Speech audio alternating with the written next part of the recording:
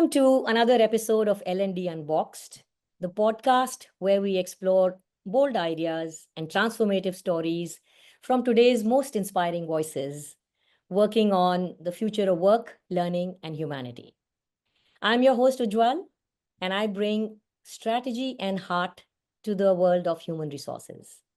I've also had the privilege of working with leaders and enterprises over the last 25 years to shape the future of work while unlocking human potential. I also work as a strategic advisor now to Stratbeans, where we design learning solutions to have a bigger business impact. So, folks, today is our fourth episode, and the title is From Tech to Soul: Why the Next Frontier of Innovation is Human Flourishing. And I can't think of anyone better to have this conversation with than my guest, Yen-Lu Chow. So before I tell you more about Yen-Lu, I do want to say that the work that he has been doing over the last 40 years is not only inspiring and impressive, but is outright exemplary. So Yen-Lu is an award-winning entrepreneur, technologist, venture catalyst and angel investor, mentor and advisor turned author and keynote speaker, mental well-being champion, social innovator, philanthropist, and humanist. A former Apple Distinguished Technologist, he is the founding executive chairman of Whole Tree Limited, of Over the Rainbow, and of Asia Institute of Mentoring. Founding partner of Fatfish Media Lab, founding executive mentor of Young Sustainable Impact for Southeast Asia, and the founder of Deep Human Movement. So Yen-Lu's career spans more than 40 years across technology, venture capital, social innovation, and philanthropy. Really impressive. He's an MIT-trained engineer who holds 6 international patents. So from driving breakthrough innovations to championing mental well-being and youth empowerment, his journey, like I said, is not just about success. It's about a huge amount of impact because he sits at the nexus of 3 major social ecosystems: mental health, mentoring, and sustainability, bringing extensive experience in his, from his world of tech and building ecosystems and mobilizing communities to create positive social change. Well, having said all of that, my most favorite line about Yen-Lu is that he's on a life mission to help bring more inclusive, a gentler, kinder, and a more sustainable world. Yen-Lu, it's an absolute honor to have you on the show. Thank you, Ujjwal. I was just listening. I'm completely flattered by what you just said about me. Thank you for having me. Such a great pleasure. Yeah, it's been 40+ year journey, and it's one of those things where you look back and you said, one of the things some friends, people that know me keep saying, "Oh, Yen-Lu, how do you keep up with all this? How do you keep your energy going? How do you, just keep doing things?" And I said, well, for me, life is short. Mm-hmm. Life is short. And for my own journey, life is short. Life is fragile. Life is precious. Life is short. So the question I keep on asking myself is, what, during this short period of time that we're here, on this planet Earth, right? What can we do, right, to really make make a difference, right? And make it say, oh, when the time comes for me to say goodbye, that, hey, gosh, I think I did something that kind of worthwhile, right? That the times we live, the days we live, the times that we spend on this planet, it's worthwhile. So that's what I ask myself, and that's what drives me. The passion for one to, I guess we live in a time and space where exciting time, Mm-hmm. Nobody disagree with that, but also a very chaotic time. Yeah, yeah, you rightly said. Exciting time, very chaotic time, very stressful time. And, I mean, I just read your introduction in terms of the things that you're involved in and you're making an impact in, Yen-Lu.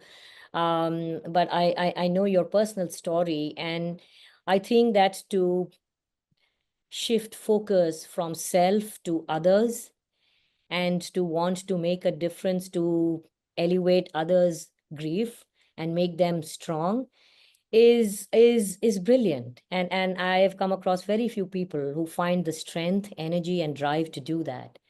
So really kudos to the work you're doing, and more power to you, Yen-Lu, because you are definitely making a difference. Thank you. So, well, Mm. yes, let's get Mm. started and, pick your Mm. brains on some of the questions that I would have for you.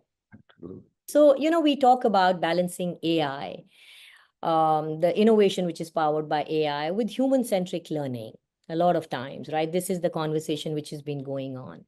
But from your journey so far, which is from tech to soul, right? Why do you see human flourishing as the next frontier of innovation? Many life and career transitions. I feel like I have at least 5 or 6 different careers. I also went through 5 or 6 major technology disruptions in my lifetime over the past 60 plus years. AI was first talked about in the 50s Hmm. when a group of researchers and scientists gather at, if you read the history, Dartmouth, at Dartmouth University, their number in the young, bright brains back at the time, they first coined the term AI. Look up. So that's when. Wow, okay, I didn't know that. So the term AI has been used. It's been around. If you can say that for what? My God, 60 plus years. Paradigm shift was when we had when technology become pervasive, right? With the smartphone and when it became social, and now it's following us everywhere. Wherever we go, we have technology with us. Even when we go to bed, we might wear our smartwatches, right, to monitor our sleep. Or do you? I don't I don't carry anything to my bed. Neither do I. To the bathroom, right? When we go exercise, we got it everywhere. But the question I need to ask, and I do ask, is take the smartphone as technology. Has it really made us smarter? It made us more efficient. It made us productive for sure. Has it really, really made us smarter? I think the answer is not clear. Of course, in terms of productivity, in terms of innovation, in terms of the economy, in terms of how we advance as humanity over the past I don't know 2 or 300 years, right? In terms of the first industrial revolution, I don't know if we're going to go that far back. Now we are in the 4th or 5th industrial revolution. All these amazing advances economically and technologically, we as a human race, we seem ever more disconnected. Yeah. And in greater disharmony with our planet, our environment, with each other, and most importantly, with ourselves. Yeah. And Yen-Lu, in you've written a brilliant article, Reawakening the Deeper Humanity, right? And in that, and it's very interesting and really nicely written. I was reading that you highlight a paradox that, progress is booming, I think, which is what you just started talking about. And, people have become more efficient and more productive, but yet we feel more stressed and disconnected, like you're saying, right? So, according to you and your experience, why hasn't material prosperity led to happiness? I mean, logically, if you were to put one and one together, and Yeah. deeper crisis, do you think this Yeah. reveals any Yeah. deeper crisis? I also wrote about happiness. I have an article I wrote on happiness, the art and science of happiness. What makes us happy? So we have to define happiness, right? Which could mean different things to different people when we say happiness. Does happiness mean pleasure seeking? Mm-hmm. Which is a lot of people equate happiness with pleasure, what they call hedonic happiness, the Greek word. Yeah. Or does it mean happiness means something more, a deeper sense of meaning, fulfillment, and purpose? It's called eudaimonic happiness, another Greek word, virtues. These are 1,000-year-old ideas, right? Pleasure seeking versus meaning seeking. So we are, as a race, we are more and more, we have gone in one direction, which is material prosperity. Yeah. We have plenty of material. We have never more than can imagine. I mean, 100, 200 years ago, no one can imagine average person, the kind of things that we can have. These were reserved for kings and queens back in the days. Yeah. Not that long ago, right? Yeah. 100, barely 100, 200 years ago. But as a society, we despite being so plentiful, we live longer than ever. We live longer and more healthier than ever, right? At the turn of the century, last century, sorry, the average, age duration of a human being was probably less than 50 or 40.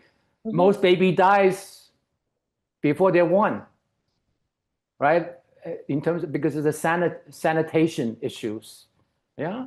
But Yeah. here we are, the average age of 85, 86 for women, men for a little slightly longer. Although in the U.S. the latest number is that the men are actually living a little bit shorter. They're dying a little bit earlier now. That's a recent number. So anyway, so as society, I talk about it. We seem more unhappy, despite having more material things, right, than we ever had before. And we are materially wealthy, but spiritually poor. Yeah. So I know tech and soul, right? So soul, spirituality, because I think, again, with all these material advancements, we face a lot of challenges. Let me talk about a little bit about that. Yeah, alongside all this prosperity, of course, we have population explosion. We're on target to reach 10 billion people this century. There's a lot of poverty, despite all a lot of wealth. So we can talk about wealth distribution. That's another thing. Hunger, a lot of hunger, right? In the global South, probably 1 billion people go to every night hungry every night when they go to sleep.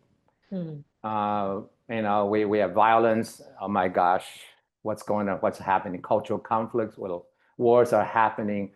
Widening chasm between the have and the have-nots.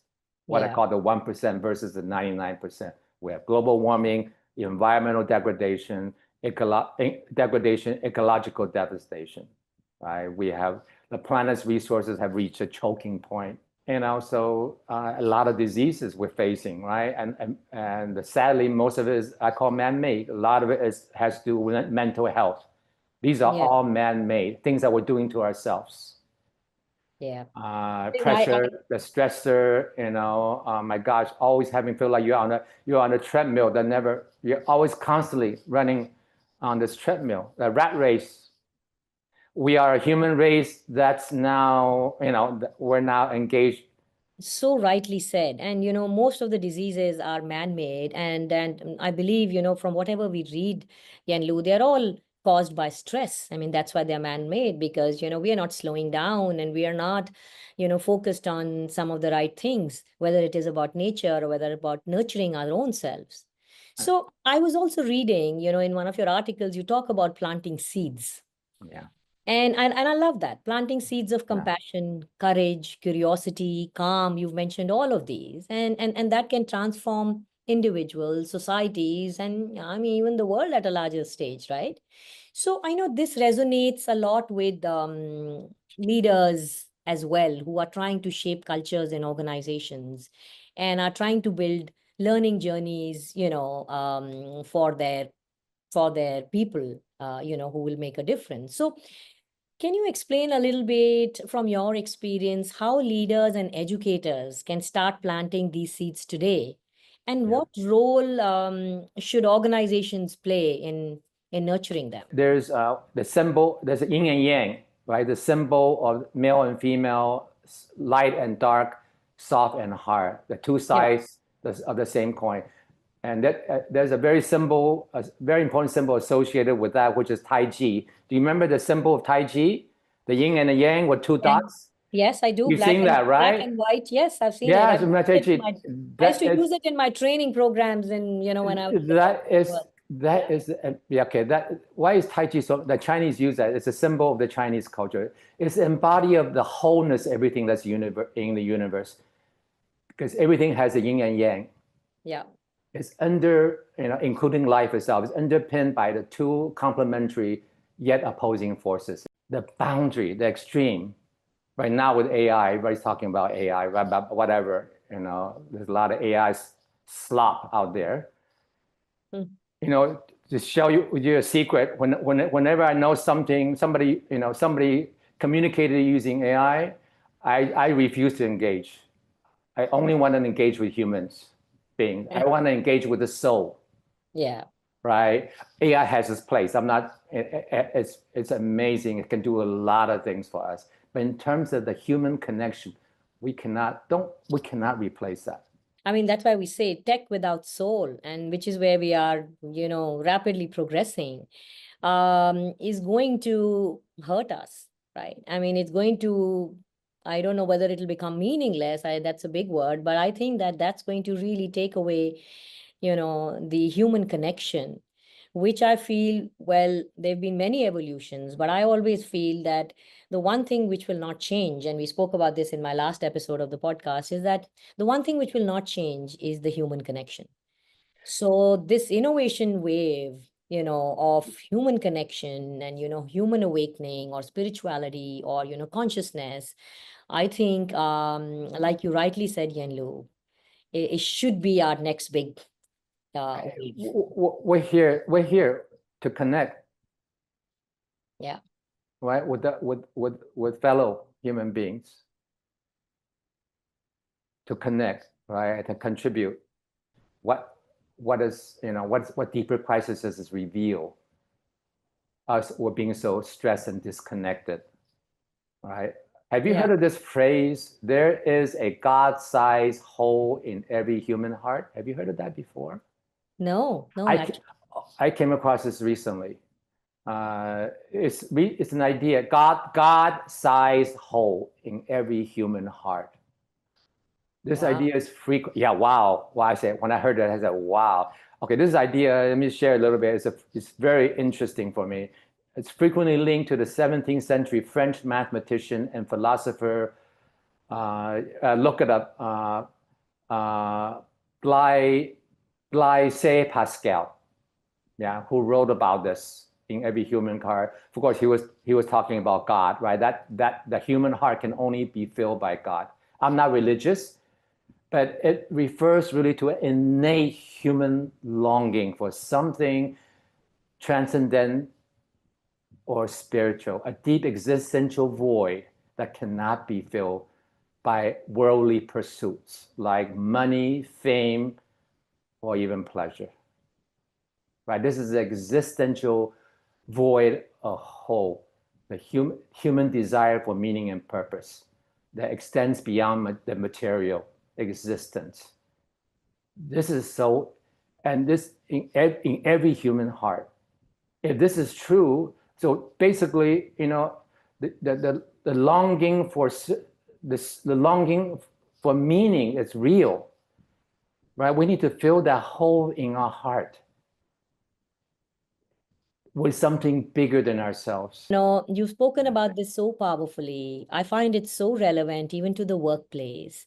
And, leaders who are trying to build this in the workplace. Any nuggets to give them, Sure. anything that Absolutely, organizations can. absolutely.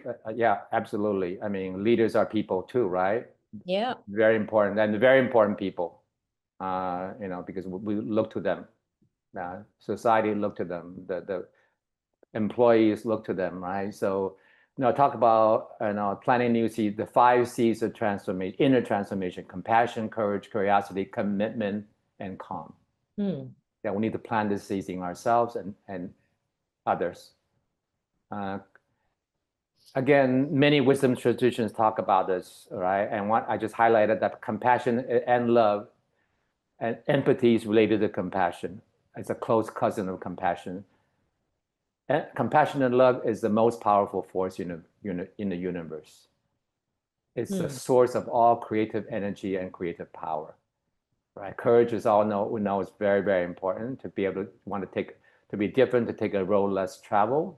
Courage to embrace change, courage to be the change. Curiosity also very, very important in today's world, especially in an AI-driven world. We have to remain curious than ever before. It's wondering why things work, right? What's beyond the hills, having appetite for learning. Yeah. Staying hungry and staying foolish. Never take, never take the status quo for an answer, right? The great inventors, the leaders of the past, they always question the wisdom of the status quo. Why something's here already? Can it be better? Yeah. Commitment, I talk about it. Commitment is very important, right? To a cause or purpose. Yeah. And calm, of course, inner calm is very, very important. That's the thing that enables to do everything else. Creativity, of course, need to be more creative. And I always talk about generosity and unconditional giving, being generous with your time and talent and helping others, contributing to others' success without selfish interest, with a greater good in mind. And when done intentionally and consistently, it creates a powerful pay-it-forward multiplier effect. Leader needs to model all this from the top down, being compassionate, being vulnerable, compassion, empathy. I don't necessarily agree with what Microsoft is doing now in terms of laying off people left and right with the AI. But back in the days, the new CEO talks about compassion being one of the most powerful skills of force for the workplace. Leaders need to have empathy, walk the talk the walk. And, we've been talking about this in the corporate world for a while. But, one thing which you said, which I don't think we talk enough about in the corporate world is generosity, right? I mean, you brought about it brilliantly.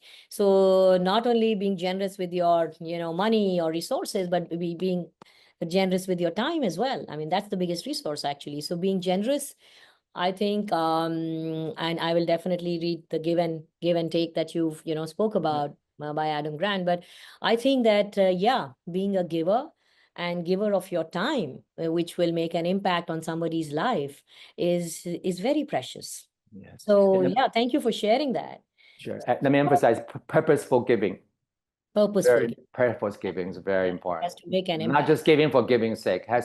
Otherwise, we also givers take the burnout. If we give too much of ourselves, but we have something that really gives us meaning and purpose that can sustain our giving longer. It's important. What about, I know you've done a lot of work in nurturing the youth as well, right? You talk about the innate spark that each youth carries. So again, trying to connect it with our AI-driven workplace, how can society or companies, focus on certain skills? And you've spoken about a lot of qualities, leadership qualities, but is there anything else that you feel, let's say, the Gen Zs should focus on, or organizations should focus on, so that we flourish as whole human beings? Yeah, that's a great question. I love talking about this topic because I'm really very passionate about youth, the future, and of course, by extension, the future of our world. I want to. This is an analogy I want to quote. Right? I didn't come up with this. Okay, so what kind of education system, what kind of learning system do we need, right, for this, especially for this day and age? We need to, rather than teaching to fill a cup, education to fill a cup, we need to light a fire. Yeah, I'm quoting here. Kids are not empty vessels to be filled with knowledge. They are curious, creative human beings. They are born that way, whose natural instinct is to build, not memorize. It's a big topic for me. I talk about, in the context of Singapore, I talk about tough love, the yin and yang of love. Love your child unconditionally, but don't be a helicopter parent. Don't do things for them that they can do for themselves, right? Allow them to fail, right? Failure is a big topic, and the fear of failure is a big topic. Teach them the growth mindset, reframing setbacks and roadblocks as learning opportunities and stepping stones, right?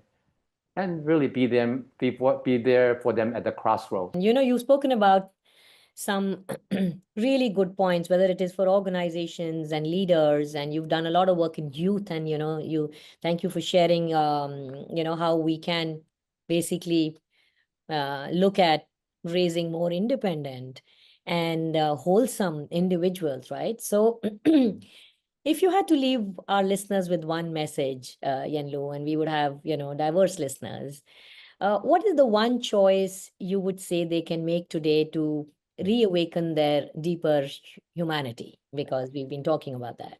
Yeah, two more things I want to talk about youth, but anyone really in terms of so I believe entrepreneurial skills are very important.